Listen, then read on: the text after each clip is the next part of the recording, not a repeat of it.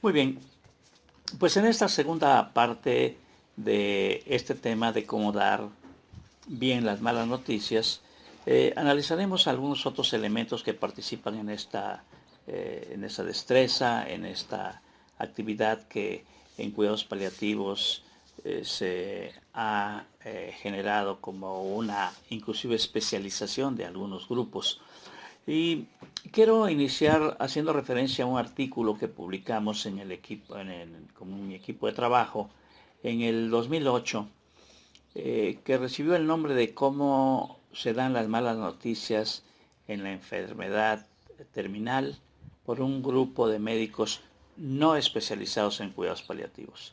Y es muy interesante ver cómo el elemento que tocamos inicialmente, la necesidad de desarrollar una destreza a este respecto, ya que médicos que no están capacitados, pues bueno, dan las malas noticias de acuerdo a como ellos lo consideran, de acuerdo a sus recursos, a sus posibilidades, y no siempre tiene llega a un buen desenlace ese proceso complejo. Sin embargo, a mí me gustaría entonces que partiéramos de esta parte 2 de cómo dar bien las malas noticias y partir de que existen algunas estrategias para desarrollar esta tarea de la mejor manera. Empezaría diciendo que se recomienda preguntar acerca de los recursos que el paciente tiene para afrontar la noticia.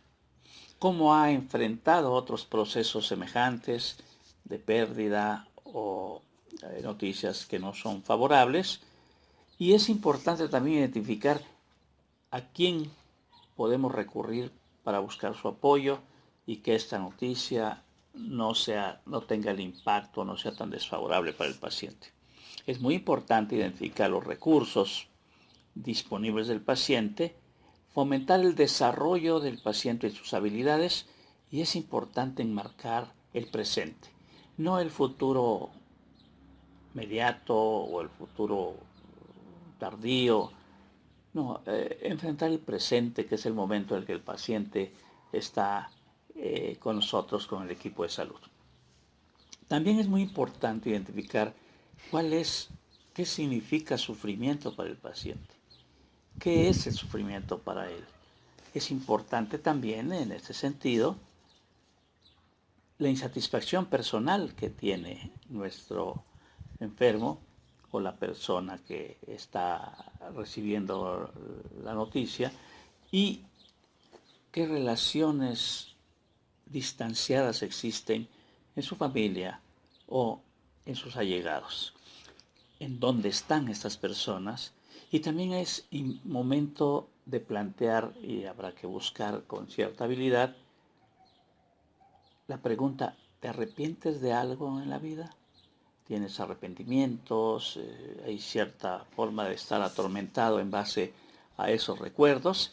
Y hay que plantearse siempre la pregunta: ¿realmente estamos preparados, cualquier persona humana, para hablar sobre nuestra propia muerte? Ese planteamiento es necesario porque entonces el clínico podrá asumir, si él está dispuesto a hablar con toda tranquilidad de esto, también el paciente podría estarlo. Hay quien nunca ha sido capaz de perdonar, y esto también es de gran relevancia en esta etapa de la vida, porque si nuestro paciente es incapaz de identificar el perdón o algo, esto puede ser un elemento de angustia, un estresor para la persona. También es importante plantear, y que aquí nuestro apoyo psicológico, y en este caso agradecemos mucho el material de la psicóloga Graciela García Reyes, quien nos facilitaba estos pasos desde el punto de vista psicológico que nos encaminen a la autoaceptación, a la reconciliación con sí mismo y con los demás. Esta transformación se requiere lograr. En este sentido, es el momento oportuno de poder preguntar sobre las creencias espirituales y religiosas. ¿Es usted una persona espiritual? ¿Es usted una persona religiosa? ¿Ha cambiado esta noticia su espiritualidad, su religiosidad? Si es así, ¿cómo lo hizo? Y de esta manera queda de manifiesto que tenemos que irnos preparando para poder tener una respuesta adecuada y que ayude a nuestro paciente una vez que se haya hecho esta pregunta. También es muy pertinente preguntar las ventajas que pudo haber traído la enfermedad o esta noticia. ¿Conoces a alguien que se transformó en forma importante con la enfermedad?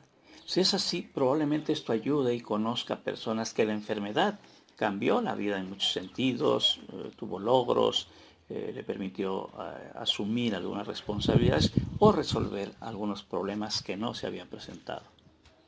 También es muy importante una pregunta en este sentido. ¿A dónde crees que se dirigen las cosas cuando terminan? ¿A dónde crees que las personas van? Esto, desde luego, genera una serie de planteamientos filosóficos y que atemorizan, que son atemorizantes para el equipo de salud.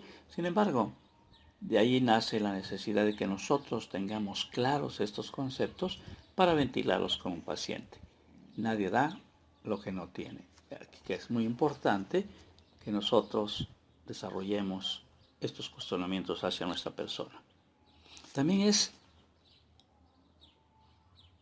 pertinente o conveniente en este momento plantear la utilidad del proceso de muerte y morir. ¿Crees tú que puede tener algún beneficio esta fase favorable para ti o para alguien? Creo que esto es fundamental y tenemos que asumir que en estos momentos podría ser esto lo más importante para un paciente y no tanto ya la parte terapéutica. En cuanto a las estrategias de comunicación, ustedes saben que existen alguna metodología y por lo tanto es importante la primera parte ajustar la entrevista. Una vez que evaluamos al paciente, ajustar nuestra entrevista continuamente para tratar de ser un poco más asertivos en la forma de ayudar. También es importante la percepción que se tenga por parte del paciente de nuestro mensaje y la invitación que estamos haciendo para que él asuma este proceso activo de este conocimiento, este nuevo conocimiento sobre la realidad. Entonces, también tenemos que elaborar un catálogo de las emociones, de las respuestas empáticas y un pequeño resumen clínico, el cual será de gran utilidad para un psicólogo del equipo de cuidados paliativos. De aquí que los límites que debemos tocar los médicos del equipo de salud deben ser muy claros, porque hay áreas que son definitivamente del área psicoafectiva y el médico tiene que identificar en qué momento tiene que pedirle la ayuda al equipo de atención paliativa. También es fundamental ver la posibilidad de colaboración del paciente. ¿Puede colaborar? ¿Es poco colaborativo? ¿O no es colaborativo? Y ver las razones por qué no hay esta colaboración para facilitarla, ya que será de gran ayuda en el devenir de los siguientes días o semanas. Respetar fundamentalmente el principio de autonomía es algo que debe quedar clarísimo. Este principio que garantiza la capacidad de la persona enferma o que está recibiendo la mala noticia a tomar sus propias decisiones en el sentido que él lo considere. También la evocación para obtener información sobre las motivaciones internas que en este momento él presenta o que pudiera tener en los siguientes días. ¿Qué ventajas, qué desventajas se le presentan a él? ¿Qué nuevos desafíos a partir de esta nueva noticia? En este sentido, quisiera terminar subrayando que los cuidados paliativos durante esta evolución de prácticamente 3 décadas se han fortalecido considerablemente en el sentido del manejo de síntomas, la resolución de síntomas complejos, y hay amplia información al respecto, y ahí dedicamos más de 3 décadas. Una vez que se incorporó la parte del apoyo psicoafectivo, también se han hecho unos progresos extraordinarios. Sin embargo, la asignatura pendiente es el apoyo espiritual. Esto que al final es quizás lo más determinante. De allí que yo los invito a que fortalezcamos nuestra información al respecto, que tengamos muy claro cuál es el camino espiritual de cada quien, y para que podamos brindarle a nuestro paciente la orientación adecuada. Gracias.